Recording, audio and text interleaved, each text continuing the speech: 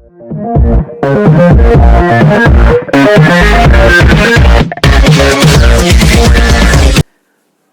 दोस्तों, Vinesh classes GS special में आपका बहुत बहुत स्वागत है।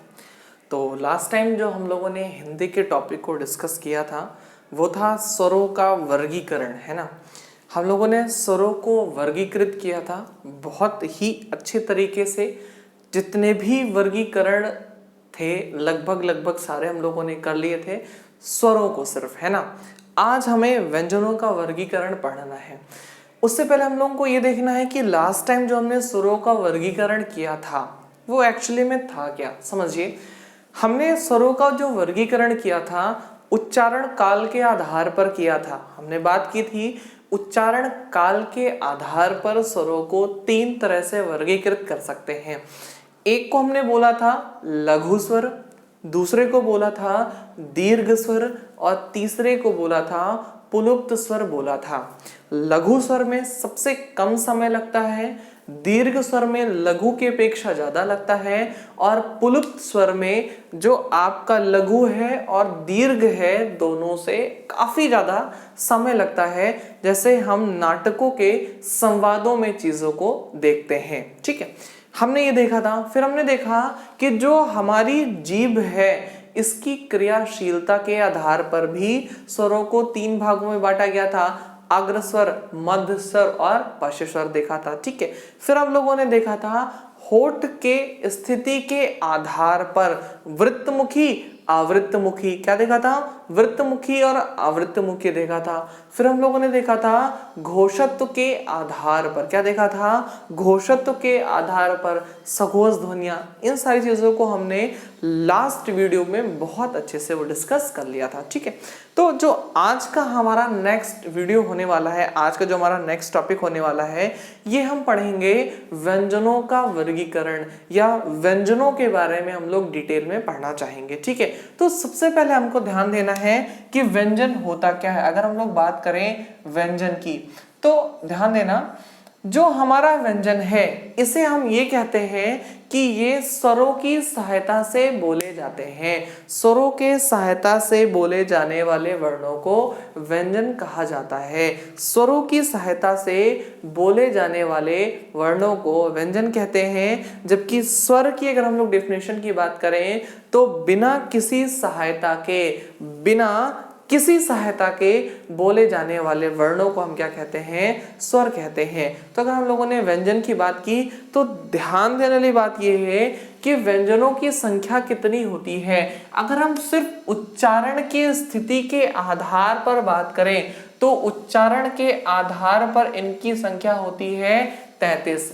उच्चारण के आधार पर इनकी संख्या कितनी होती है, 33 होती है। ठीक है, ये तो हो गया हमारा उच्चारण के आधार पर। लेकिन अगर हम लेखन के आधार पर बात करें, अगर हम बात कर ले यहाँ पर लेखन के आधार पर, तो 33 तो होते ही हैं, 33 तो होते ही हैं, प्लस 2 द्विगुण व्यंजन भी होते हैं। 2 क्या होते हैं आपके, द्विगुण व्यंजन होते हैं, प्लस 4 आपके संयुक्त व्यंजन होते हैं। 4 आपके क्या होते हैं, संयुक्त व्यंजन होते हैं। ठीक है, 2 आपके जो द्विगुण व्यंजन होते हैं आप उनको ऐसे लिख सकते हो।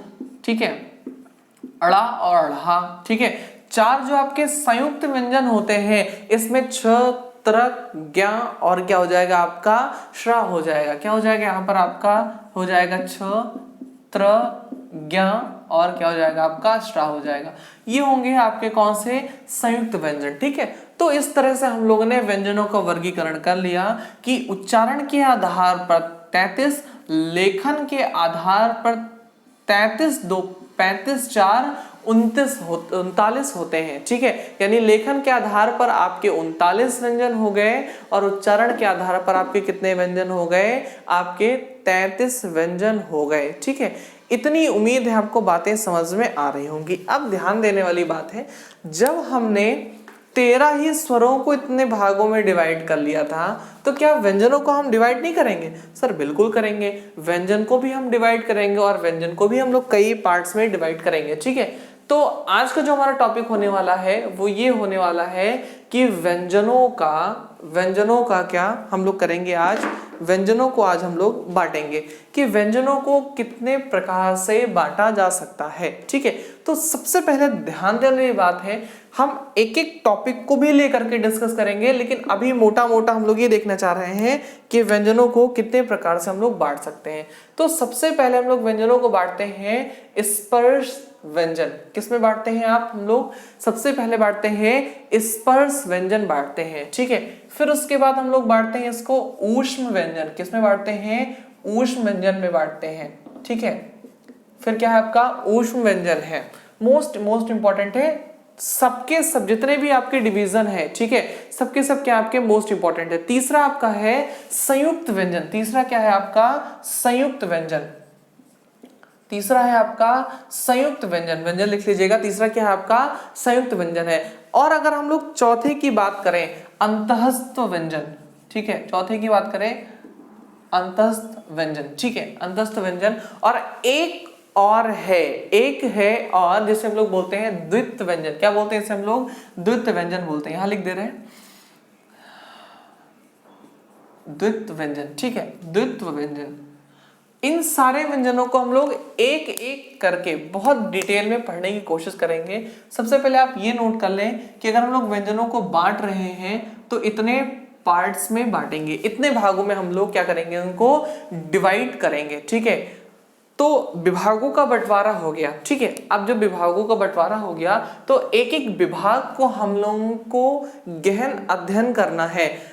जिससे आजकल के जो पेपर का पैटर्न है, जो आजकल के एग्जामिनर का तरीका है, वो गहनतम तरीके से पूछता है बहुत सरलतम वस्तु। ठीक है, तो आपको ध्यान देना है, गहन अध्ययन ही करना है एक एक व्यंजन के वर्गीकरण का, एक एक व्यंजन के वर्गीकरण का बहुत ही गहन अध्ययन करना है। तो सबसे पहले आप हेडिंग डालेंगे स्पर्श व्यंजन। सबसे पहले आप कौन सी हेडिंग डालेंगे? स्पर्श व्यंजन डाल देंगे। ठीक है, तो अगर हम लोग बात करें स्पर्श व्यंजन की, तो देखो सबसे पहली बात तो ये है कि जब आप व्यंजनों को बोलते हो, जब आप क्या करते हो? व्यंजनों को बोलते हो, तो कहीं ना कहीं जो आपका मुंह है, कहीं ना कहीं जो आपका मुंह है, जो आपकी जीभ है, जो आपके दांत हैं, आपस में कहीं ना कहीं तो ये लड़ते ही हैं, टकराते ही हैं, छूते हैं, टच करते हैं। क्योंकि जब हम इनका उच्चारण करते हैं तो कंठ, तालु, जिह्वा, ओष्ठ, इन सब से मिला करके करते हैं और ये आपस में क्या होते हैं? टच करते हैं, स्पर्श करते हैं, एक दूसरे को क्या करते हैं? स्पर्श करते हैं। स्पर्श करने की वजह से ही इनको क्या कहा गया है? हम लोग कहते हैं स्पर्श व्यंजन कहते हैं। कौन सा व्यंजन कहते हैं इनको? हम लोग स्पर्श व्यंजन कहते हैं। ठीक है, इतनी बातें आपको समझ में आ गई। ठीक है, अब ध्यान देना, इन स्पर्श व्यंजन को हम लोग क्या करते हैं? अध्ययन की सरलता के अनुसार, अध्ययन की सरलता के अनुसार हम लोगों ने इनको कई वर्गों में बांट लिया। हम लोगों ने इनको कई वर्गों में बांट लिया और वर्गों में बांटने की वजह से ही इन्हें हम लोग वर्गीय व्यंजन भी कहते हैं। इन्हें हम लोग क्या कहते हैं? वर्गीय व्यंजन भी कहते हैं। तो आपको अगर डेफिनेशन लिखनी है किसकी? स्पर्श व्यंजन की, तो आप ऐसे लिख सकते हैं कि इनका उच्चारण कंठ, तालु, होस्ट, जिह्वा आदि स्थानों के स्पर्श से होता है, आदि स्थानों के स्पर्श से होता है, इसलिए इन्हें स्पर्श व्यंजन कहते हैं। इसलिए इन्हें कौन सा व्यंजन कहते हैं? स्पर्श व्यंजन कहते हैं। इसलिए इन्हें स्पर्श व्यंजन कहते हैं। इसलिए इन्हें स्पर्श व्यंजन कहते हैं। अध्ययन की सुविधा के अनुसार इन्हें, अध्ययन की सुविधा के अनुसार इन्हें वर्गों में विभाजित किया गया है। अध्ययन की सुविधा के अनुसार इन्हें वर्गों में विभाजित किया गया है, इसलिए इन्हें वर्गीय व्यंजन भी कहते हैं। इसलिए इन्हें क्या कहते हैं? वर्गीय व्यंजन भी कहते हैं। अब ध्यान दीजिएगा, अगर हमने इनको वर्गीय व्यंजन कहा तो इनको कौन कौन से वर्ग में हम लोगों ने बांटा है, तो इन चीजों को भी हम लोग बहुत अच्छी तरीके से देखेंगे। ध्यान देना, मानक तरीके की अगर हम लोग बात करें, है ना, तो 5 वर्गों में बांटे हैं। ठीक है, कौन कौन सा वर्ग है? पहले हम लोग सारे के सारे व्यंजन को लिख लेते हैं। जैसे हमने लिखा का, खा, गा, घा और अंगा।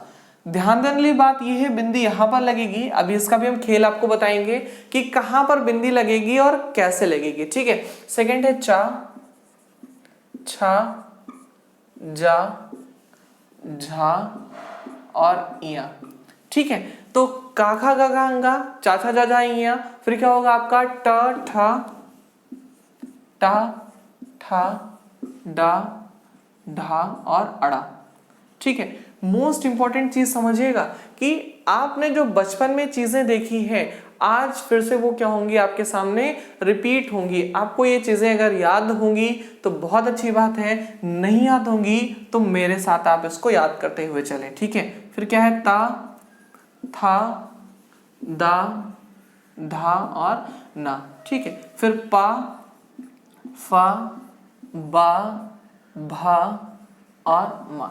ठीक, ये हैं आपके सारे वर्गों में विभाजित वर्गीय व्यंजन। ठीक है, ये हैं आपके क्या सारे वर्गों में विभाजित वर्गीय व्यंजन। ठीक है, अब जब इनको हमने वर्गों में विभाजित कर लिया तो फिर से इनका नामकरण कर दिया। देखो, जैसे परिवार का जो मुखिया होता है, जो परिवार का मुखिया होता है कार्ड उसी के नाम से आता है। यानी ये जो परिवार है, ये जो परिवार है इसे हम कहेंगे का वर्ग। इसे हम लोग क्या कहेंगे, इसे बोलेंगे का वर्ग। तो ये परिवार का नाम क्या हो जाएगा सर, इस परिवार का नाम हो जाएगा चा वर्ग। क्या हो जाएगा, इस परिवार का नाम चा वर्ग हो जाएगा। ठीक है, इस परिवार का नाम क्या हो जाएगा, टा वर्ग हो जाएगा। कौन सा वर्ग हो जाएगा, टा वर्ग हो जाएगा। इस परिवार का नाम हो जाएगा ता वर्ग। ठीक है, और फिर इस परिवार का नाम क्या हो जाएगा, पा वर्ग। क्या हो जाएगा आपके इस परिवार का नाम, पा वर्ग हो जाएगा। ठीक है, अब इतनी चीजें तो आपने देख ली, बहुत अच्छे से देख ली। ठीक है, ये जो लास्ट में आपके लिखा हुआ है इसे हम लोग बोलते हैं पंचमाक्षर। ठीक है, इसे हम लोग क्या बोलते हैं, इसे हम लोग बोलते हैं पंचमाक्षर। मोस्ट इंपॉर्टेंट है, इसे हम लोग बोलेंगे क्या, पंचमाक्षर। ठीक है, पंचमाक्षर मोस्ट इंपॉर्टेंट है, यहां पर ऐसे हो जाएगा पंचमाक्षर। ठीक, बहुत ज्यादा इंपॉर्टेंट है पंचमाक्षर। कई बार पूछा गया निम्नलिखित में से कौन सा पंचमाक्षर नहीं है। यहां तक तो सबको पता हो जाता है। ठीक है, आपको इससे एक कदम आगे निकलना है, आपको इससे एक कदम आगे निकलना है। जैसे यहां तक हमने बात कर ली, अगर आपसे कोई पूछे का वर्ग का उच्चारण स्थान क्या है, का वर्ग का उच्चारण स्थान क्या है, तो आप कहेंगे सर कंठ है। क्या है, कंठ। बोल के देखिए, क ख ग घ अंगा, का खा गा घा अंगा। इट मीन्स ये जो है आपके कहां से बोले जाते हैं, ये आपके कंठ से बोले जाते हैं। जो आपका का वर्ग है ये कहां से बोला जाता है, आपके कंठ से बोला जाता है। अगर आपसे कोई पूछे सर मुझे चा का उच्चारण स्थान बताएं, चा वर्ग का उच्चारण स्थान बताएं, तो बोल के देखिए, चा छा जा झा इया। चा छा मतलब जो आपका तालु है उसमें आपकी जीभ क्या कर रही, टच कर रही, चा छा जा झा इया। यानी जो आपका चा वर्ग है इसका जो उच्चारण स्थान है ये क्या है आपका, ये है आपका तालु। ये क्या है आपका, तालु है। ठीक है, अच्छा अगर हम लोग बात कर ले टा वर्ग, मोस्ट इंपॉर्टेंट है, कई बार पूछा गया है कि जो आपका टा वर्ग है, टा वर्ग का उच्चारण स्थान क्या है। तो ध्यान दीजिए, मैंने आपको फिगर बना करके भी बताया था, मैंने आपको फिगर बना करके बताया था। मान लीजिए दांत है, जब आपकी जीभ यहां पर टच करे आकर के तो ये होता है आपका मूर्धा। क्या होता है, ये आपका मूर्धा होता है। ये क्या होता है आपका, मूर्धा होता है। यानी आप बोले ट ठ ड ढ अड़ा, टा ठा डा ढा। आपकी जो जुबान है दांत के थोड़ा पहले टा ठा ऐसे करके टच कर रही है। इट मींस जो इसका उच्चारण स्थान है वो क्या है आपका, उच्चारण स्थान है आपका मूर्धा। उच्चारण स्थान क्या है आपका, मूर्धा। ठीक है, उसके बाद अगर हम लोग बात करें ता वर्ग की, तो जो आपका ता वर्ग है इसका उच्चारण स्थान कहाँ है, तो बोलिए ता था दा धा, ता था दा धा। जो आपकी पहली जीभ है, जो आपकी पहली जीभ है, सॉरी जो आपका पहला दांत है वहीं पर आपकी जीभ क्या कर रही है, आकर के टच कर रही है, ता था दा धा। यानी जो आपका ता वर्ग है, जो आपका क्या है, ता वर्ग है, ये दंत से रिलेटेड है। यानी जब आप इसको बोलते हैं, जब आप क्या करते हैं, इसको बोलते हैं तो आपके दांत की क्रियाशीलता होती है, तो इसको हम लोग क्या बोलते हैं, इसे हम लोग बोलते हैं ता वर्ग। ठीक है, उसके बाद पा वर्ग आप बोल करके समझ गए होंगे सर, प फ ब भ म, प फ ब भ म। यानी ये काम कौन कर रहा है, ओष्ठ कर रहा है। कौन कर रहा है? ओष्ठ कर रहा है।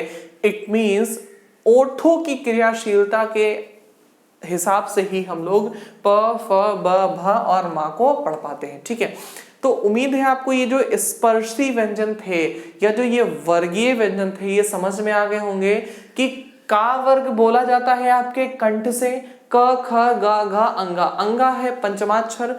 चा वर्ग बोला जाता है तालु से, च, छ, जा, झा, इया। इया क्या है आपका पंचमाक्षर। टा वर्ग बोला जाता है आपके मूर्धा से, ट, ठ, ड, ढ, अड़ा। अड़ा क्या है आपका पंचमाक्षर है। और ता वर्ग बोला जाता है आपके कहां से? दंत से, त, थ, द, ध, न। न आपका है पंचमाक्षर। और पा वर्ग बोला जाता है कहां से? आपके ओष्ठ से, प, फ, ब, भ, म। म आपका क्या है? पंचमाक्षर है। इतनी चीजें आपको समझ में आ रही होंगी। मैंने आपको बहुत डिटेल में चीजों को बता दिया। ठीक है, अच्छा एक चीज आपने देखा यहां पर मैंने डा के नीचे कुछ नहीं लगाया, यहां पर मैंने लगाया तो ये अंगा हो गया। जैसे मैंने पॉइंट लगा दिया तो अंगा हो गया। यहां पर मैंने कुछ नहीं लगाया तो ये क्या हो गया? ठीक है, आइए हम लोग 2 मिनट का समय लगेगा इसको भी समझ लें कि एक्चुअली में ये है क्या। इसको मिटाते हैं, मर्जी हो तो आप स्क्रीनशॉट ले लें या आप कॉपी में नोट कर लें, ज्यादा बढ़िया रहेगा। ठीक है, ओके, अब समझना हमारी बात को कि हम आपसे कहना क्या चाह रहे हैं। ठीक, देखना हिंदी ऐसा विषय है कि जिसमें अगर आपने गहन अध्ययन एक बार कर लिया, एक बार की मेहनत होती है, फिर जीवन भर का क्या होता है? आराम होता है। आप चाहे टेट सीटेट दे रहे हो या एसएससी जीडी दे रहे हो, कोई भी पेपर दे रहे हो, उसमें बहुत ही प्यारी सी हिंदी आपसे पूछेगा, बहुत ही प्यारी हिंदी पूछेगा, बहुत ज्यादा टफ हिंदी आपसे नहीं पूछेगा। ध्यान देना, जो हम लिखते हैं, कोई भी चीज लिखते हैं तो इसको हम बोलते हैं खड़ी पाई, है ना। इसको क्या बोलते हैं? खड़ी पाई। और ऊपर वाले को बोलते हैं शिरोरेखा। ऊपर वाले को क्या बोलते हैं? शिरोरेखा। आप कुछ भी लिखते हैं तो या तो खड़ी पाई या तो शिरोरेखा लगाते। जैसे मैंने जा लिखा था तो ये था जा का खड़ी पाई और ये थी क्या? जा की शिरोरेखा थी। ठीक है, तो खड़ी पाई और शिरोरेखा। ठीक, अच्छा आपने बिंदु कहां कहां लगा हुआ देखा है? आप कहेंगे सर हमने बिंदु यहां लगा हुआ देखा है। ठीक है, हमने बिंदु अभी आपने यहां लगाया हुआ था ये देखा है, हमने नीचे भी देखा है, हमने यहां भी देखा है। ठीक है, तो आप कहोगे सर हम इतने तरह से बिंदुओं को लगा हुआ देखे हैं, इतने तरह से बिंदुओं को लगा हुआ देखे हैं, तो मुझे बताइए कि ये जो बिंदु लगते हैं क्या इनका कोई नाम ही है कि सिर्फ ऐसे लिख दिया? ध्यान देना, अगर हम लोग बात करें कि अगर कोई बिंदु ऐसे लगा हुआ है तो इस वाले को हम लोग क्या बोलते हैं? इसको बोलते हैं अनुस्वार। क्या बोलते हैं इसे हम लोग?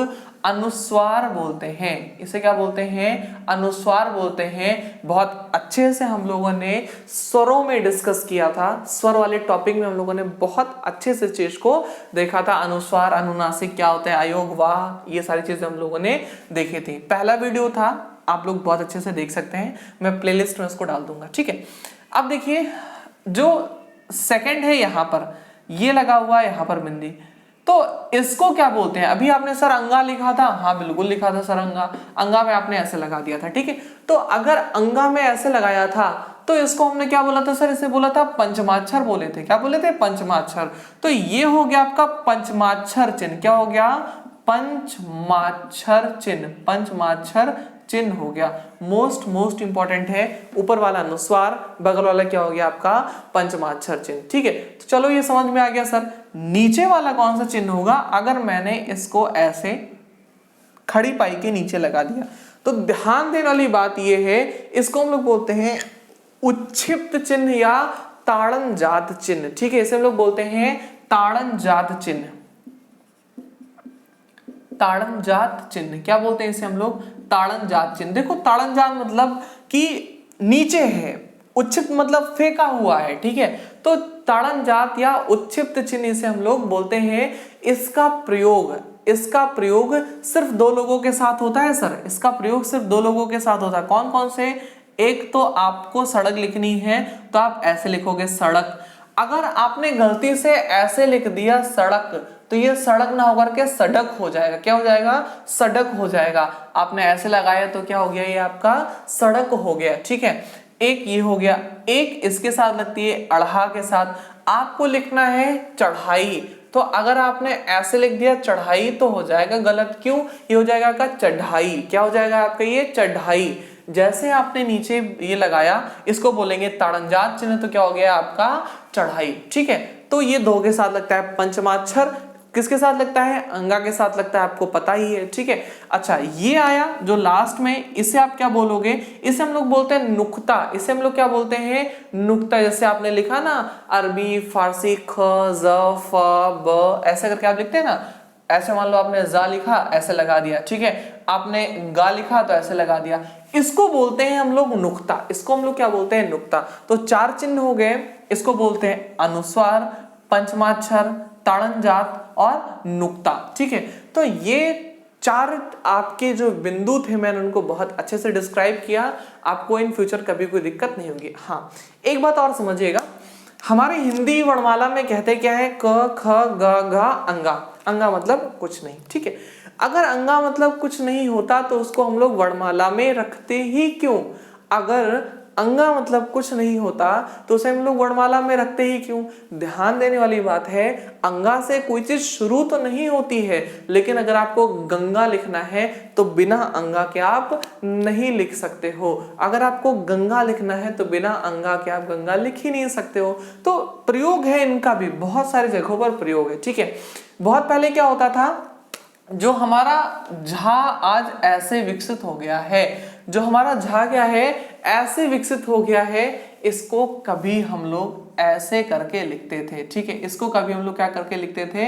ये आपने देखा होगा जो झूला वाला रिफाइंड आता है उसमें अभी भी झा ये ऐसे ही करके बना हुआ होता है। ठीक है, झूला ऐसे लिखा हुआ होता है और हम समझ नहीं पाते हैं फूला लिखा है कि भूला लिखा है। ठीक है, एक्चुअली में क्या लिखा हुआ? ये झूला लिखा हुआ होता है। ठीक है, तो झा आज ऐसे विकसित है, कुछ में पहले ये ऐसे था। ठीक है, कुछ समय पहले क्या था? ये ऐसे था, मतलब जैसे आज का स्वास्तिक है वैसे उस टाइम का क्या हुआ करता था? झा हुआ करता था। तो हिंदी जो है ये अपने आप को थोड़ा सा अपडेट कर रही है। आपको भी एग्जामिनर के साथ कदम से कदम मिला करके आगे चलना होगा। अगर आप कदम से कदम मिला करके आगे नहीं चल पा रहे हैं तो दिक्कत हो जाएगी आपके लिए। तो इसीलिए ध्यान देने योग्य बात यह है कि आप चीजों को बहुत ही अच्छे